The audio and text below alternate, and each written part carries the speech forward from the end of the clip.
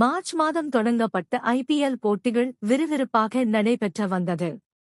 Chennai super Kings, Rajasthan Royals மற்றும் Sunrisers Hyderabad அணிகள் play off வாய்ப்பை இழந்துள்ள நிலையில் மீதமுள்ள அணிகள் போட்டி போட்டு வந்தனர்.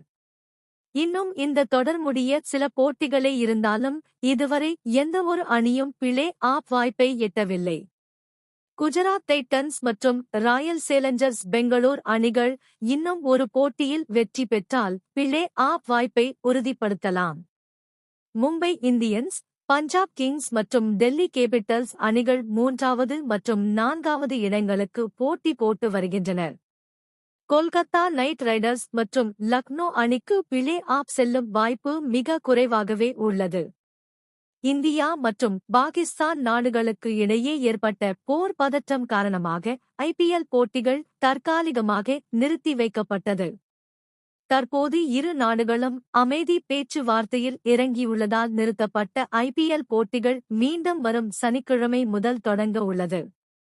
ஐபிஎல் இறுதிப் போட்டி ஜூன் 3ஆம் தேதி நடைபெற உள்ளது. ஆனால் அதற்குள் சர்வதேச போட்டிகள் தொடங்க உள்ளதால் சில நாட்டு வீரர்கள் பிளே ஆஃப் போட்டிகளுக்கு இருக்க மாட்டார்கள் என்று அறிவிக்கப்பட்டுள்ளது. குறிப்பாக ஆஸ்திரேலியா, தென்னாப்பிரிக்கா, மேற்கிந்திய தீவுகள் மற்றும் இங்கிலாந்து அணிகளைச் சேர்ந்த வீரர்கள் இருக்க மாட்டார்கள். இதன் காரணமாக மாற்று வீரர்களை தேர்வு செய்ய வேண்டிய கட்டாயத்தில் ஐபிஎல் அணிகள் உள்ளது. இருப்பினும் ஐபிஎல் நிறுத்தப்பட்டு மீண்டும் தொடங்கியவுடன் மாற்று வீரர்களாக அறிவிக்கப்படும் வீரர்களை எந்தவொரு அணியும் அடுத்த ஆண்டு தக்க வைத்துக் கொள்ள முடியாது என்று ஐபிஎல் நிர்வாகம் தெரிவித்துள்ளது. உதாரணமாக டெல்லி கேபிட்டல்ஸ் அணி ஜேக் ஃப்ரேசர் மெக்கருக்கு பதிலாக முஸ்தாபிசுர் ரஹ்மானை மாற்று வீரராக அறிவித்துள்ளது.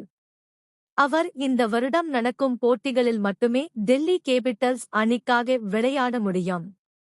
அடுத்த ஆண்டு அவரை ஏலத்தில்தான் மீண்டும் எடுக்க வேண்டும். ஆனால் சென்னை சூப்பர் கிங்ஸ் அணிக்கு இந்த பாதிப்பு இல்லை.